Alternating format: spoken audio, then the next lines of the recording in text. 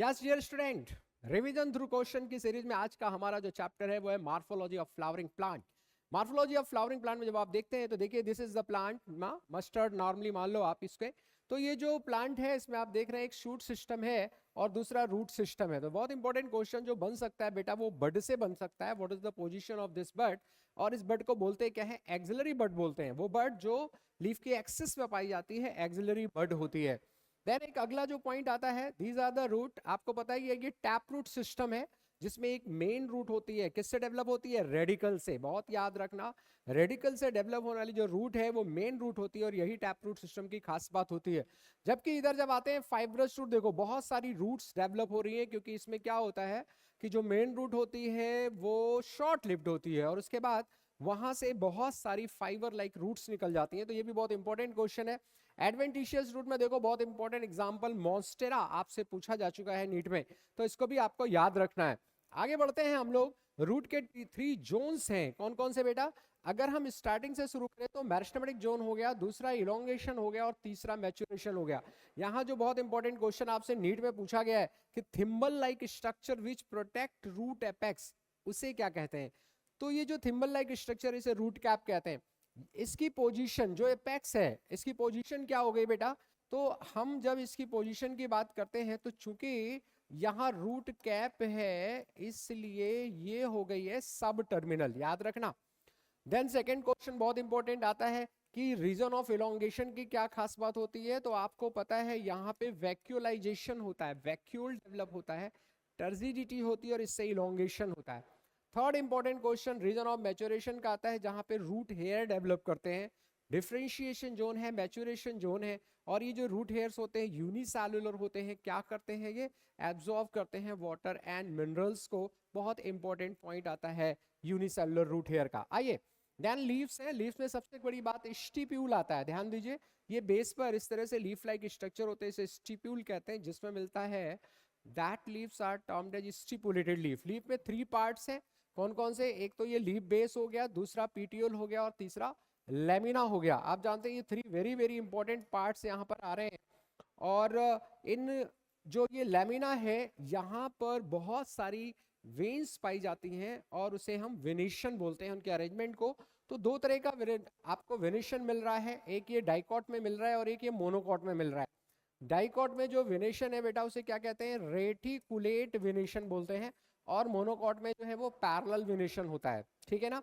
Venation में जो veins हैं वैस्कुलर टिश्यूज होते हैं। एनाटॉमी में बड़ा इंपॉर्टेंट पॉइंट आता है यहाँ से कि यहाँ चूंकि ये वेरिएबल हो रहे हैं तो इनके जो वैस्कुलर बंडल हैं इनकी थिकनेस वेरिएबल होती है और इनकी खाली बीच वाले को छोड़ दो तो बाकी सब लगभग एक जैसे होते हैं। आइए नेक्स्ट पॉइंट पे हम लोग बढ़ते हैं। तो 2 तरह की जो लीफ है, एक को पिन्नेटली कंपाउंड लीफ बोला गया, दूसरे को पामेटली कंपाउंड लीफ बोला गया। ये पिन्ना पाया जाए, ध्यान देना। बड जो है बड हमेशा यहां पर मिलेगी बेटा। ये क्वेश्चन बन सकता है, किसी भी लीफ के एक्सिस पर बड मिलती है, लीफलेट की एक्सिस पे नहीं मिलती, ठीक है ना।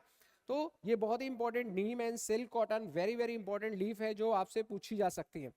फिर फाइलोटैक्सी, बहुत इंपॉर्टेंट क्वेश्चन आता है। अगर एक नोड से एक ही लीफ निकल रही है तो उसे हम अल्टरनेट बोलेंगे, जैसे चाइना रोज में मिलता है, आपको मस्टर्ड में मिलता है। लेकिन अगर एक ही नोड से 2 लीफ अपोजिट डायरेक्शन में मिल रही है तो इसे अपोजिट फाइलोटैक्सी बोल देते हैं। कैलोट्रोपिस एंड गुआवा 2 बहुत ही इंपॉर्टेंट एग्जांपल यहां पर आपको मिलते हैं। तीसरा ये देखिए, एक ही नोड से वेरिएबल लीफ है, 2 से ज्यादा लीफ है, एंड दैट्स वाई ये जो होल्ड अरेंजमेंट है अल्स्टोनिया में पाया जाता है, पूछा जा चुका है नीट में। तीनों ही क्वेश्चन बहुत इंपॉर्टेंट है, ध्यान दीजिए। देन आता है इन्फ्लोरेसेंस, और आप देख रहे हैं ये जो इन्फ्लोरेसेंस है, इस इन्फ्लोरेसेंस का नाम क्या है बेटा? रेसिमोस। खास बात क्या है इसमें? इसमें खास बात ये है कि जो यंग है वो ऊपर की तरफ है और जो ओल्ड फ्लावर है वो ओल्ड फ्लावर नीचे की तरफ होते हैं। यंग फ्लावर जो है वो ऊपर की तरफ होते हैं, यानी जो अरेंजमेंट एक ऐसा होता है एक्रोपीटल होता है। खास बात यहाँ एपेक्स पर कोई फ्लावर नहीं होता इसलिए इसकी लगातार ग्रोथ होती रहती है, बहुत ही इंपॉर्टेंट है। जबकि दूसरे में जब आप जाते हैं तो ये देखो टर्मिनल पोजीशन पे एक फ्लावर आ गया और इससे ग्रोथ रुक जाती है। तो यहाँ पर जो ओल्डेस्ट फ्लावर है वो यहाँ मिलेगा और जो न्यू फ्लावर्स हैं वो नीचे की तरफ डेवलप कर रहे हैं। यानी यहाँ पर जो सक्सेशन मिलने वाला है वो बेसिपिटल। तो दोनों में बड़ा डिफरेंस क्या है, वहाँ मेन एक्सिस की ग्रोथ कंटिन्यू रहती है, यहाँ मेन एक्सिस फ्लावर बन जाने के बाद रेस्ट्रिक्ट हो जाती है। दूसरा वहाँ एक्रोपिटल सक्सेशन और यहाँ बेसिपिटल। और इसका एग्जाम्पल आपसे पूछा गया है नीट में, और ये बहुत ही इंपॉर्टेंट एग्जाम्पल यहाँ पर सोलेनम बन के आता है, सोलेनेसी फैमिली का। आइए आगे बढ़ते हैं। Next diagram, one of the best diagram, कई बार नीट में आ चुका है, आप देख रहे हैं पिछले 2 साल से लगातार। कंडीशन क्या है, यहाँ देखो सारे जो फ्लोरल पार्ट है वो गाइनीशियम के नीचे से निकल रहे हैं, गाइनीशियम ऊपर है, तो जाहिर है कंडीशन क्या हो जाएगी, हाइपोगाइनस कंडीशन हो जाएगी, सारे फ्लोरल पार्ट नीचे है। और अगर हाइपोगाइनस कंडीशन है तो यहाँ पर ओवरी की कंडीशन बेटा कैसी हो जाएगी, ओवरी की कंडीशन आपको जो यहाँ मिलने वाली है वो ओवरी कैसी हो जाएगी बच्चे, वो हो जाएगी सुपीरियर। बहुत इंपॉर्टेंट, आपके कोर्स में जो फैमिली है like Malvaceae family, Solanaceae family, Liliaceae family, इन सारी फैमिलीज में जो कंडीशन मिलती है वो हाइपोगाइनस कंडीशन मिलती है। ये 2 बड़ी इंपॉर्टेंट कंडीशन है जिन्हें हम बोलते हैं पेरीगाइनस। याद रखना, these diagrams are very very important, very very important. क्या हुआ यहाँ, यहाँ लगभग एक लेवल पे हैं सारे, और इसलिए हम बोलते हैं कि यहाँ ये ओवरी जो है वो हाफ सुपीरियर है या हाफ इंफीरियर है। जबकि अगली कंडीशन देखो, सारे फ्लोरल पार्ट गाइनीशियम से ऊपर है और गाइनीशियम नीचे है, तो ऐसी कंडीशन को हम कहते हैं एपीगाइनस, ठीक है ना। पेरीगाइनस का एग्जांपल बताओ भाई, वेरी वेरी इंपॉर्टेंट, पूछा गया है। प्लम में मिलेगा, रोज में मिलेगा और पीच में मिलेगा, वेरी इंपॉर्टेंट है ना। इसी तरह एपिगाइनस किसमें मिलेगा, गुआवा में मिलेगा, रे फ्लोरेट्स में मिलेगा, आपको सनफ्लावर यानी सनफ्लावर एस्टेरेसी फैमिली में भी आपको एपिगाइनस कंडीशन मिलती है। बहुत इंपॉर्टेंट कंडीशन, आगे बढ़ गए। Then these are the different floral part, calyx, corolla, androecium, gynoecium. Normally ये एंड्रोशियम है, हालांकि इससे कोई क्वेश्चन मिलना मुश्किल है। एस्टाइवेशन बड़ा इंपॉर्टेंट क्वेश्चन है। क्या खास बात होती है, जब ये एक दूसरे को टच करते हैं तो इस तरह का जो एस्टाइवेशन होता है वो क्या होता है बेटा, वेलवेट होता है। एक हिस्सा हिडन है और एक एक्सपोज्ड है। अगर ऐसी कंडीशन होती है तो इसे हम ट्विस्टेड बोलते हैं। ये वाला जो एस्टाइवेशन है, जो जिसमें कोई निश्चित सीक्वेंस नहीं है, एम्ब्रिकेड है, और इसमें देखो स्टैंडर्ड या वैक्सिलरी है, ये विंग्स है, और ये जो 2 नीचे की तरफ बोट शेप्ड हैं, इसको बोट शेप्ड भी बोला जाता है, फ्यूज्ड भी होती हैं, उन्हें कील बोलते हैं। कौन सी फैमिली है ये, फवेसी फैमिली का वेरी वेरी इंपॉर्टेंट वैक्सिलरी एस्टाइवेशन आपको मिलता है। क्लियर, तो ये जो एस्टाइवेशन है ना, आर्जीमोन में आपको मिल जाता है इस तरह का। यहाँ जब आप आ जाएंगे तो ये बहुत ही इंपॉर्टेंट है और इनके सारे एग्जाम्पल्स आपको याद होने चाहिए।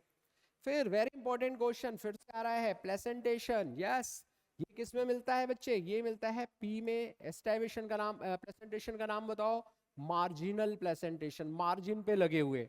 ये देखिए सेंटर एक्सिस पे लगा हुआ और ये जुड़े हुए हैं, तो ये कौन सा प्लेसेंटेशन हो जाएगा बेटा, एक्साइल प्लेसेंटेशन हो जाएगा।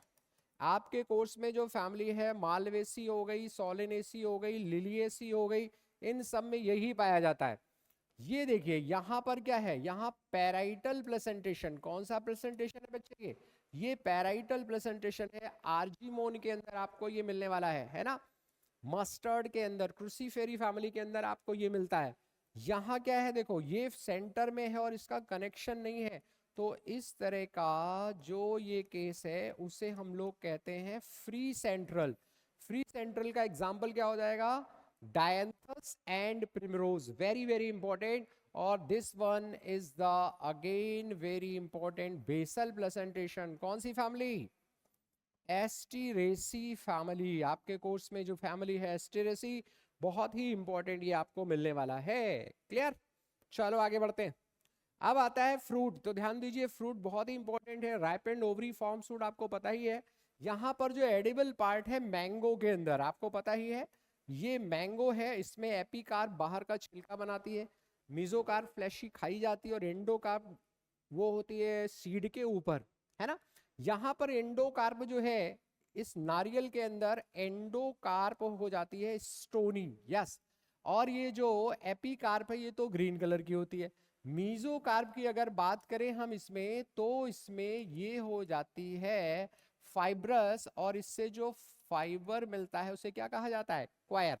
भाई इसमें खाते क्या है, इसमें हम ये एंडोस्पर्म खाते हैं जो अंदर की तरफ होता है, ठीक है ना। एंडोस्पर्म दो तरह के हैं यहाँ पर, है ना। जो कोकोनट मिल्क है वो लिक्विड एंडोस्पर्म है, और जो सॉलिड है वो सेलुलर एंडोस्पर्म है। तो कोकोनट के अंदर हम क्या खाते हैं, एंडोस्पर्म खाते हैं। यहाँ क्या खाते हैं, मीजोकार्प खाते हैं। ध्यान दीजिए सीड बहुत इंपॉर्टेंट पॉइंट, ये देखो हाइलम है, यहाँ से अटैचमेंट होता है micropyle of the seed, function पूछा जा सकता है।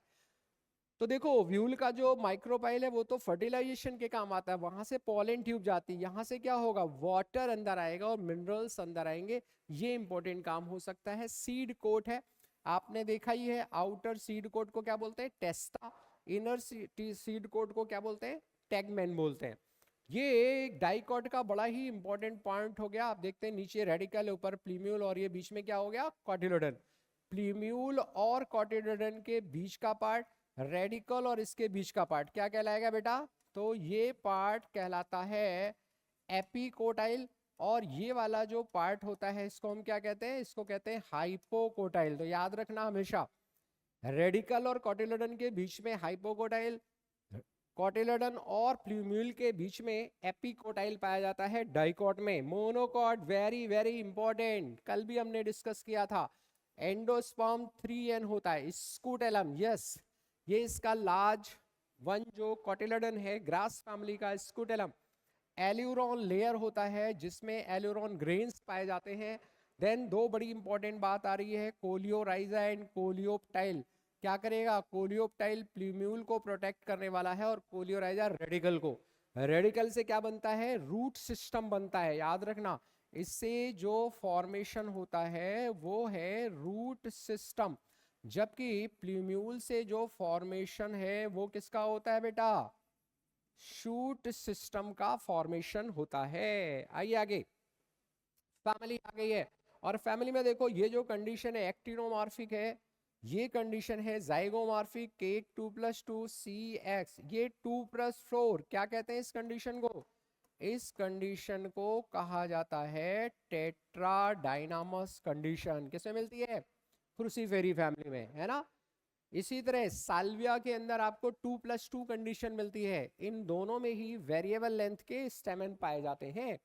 तो ध्यान दीजिए, ये इम्ब्रिकेट एस्टाइवेशन हो गया, ये वेलवेट एस्टाइवेशन हो गया, और यहाँ देखो ये जो ओवरी है ये कैसी है, by carpellary syncarpous superior ovary, ठीक है ना।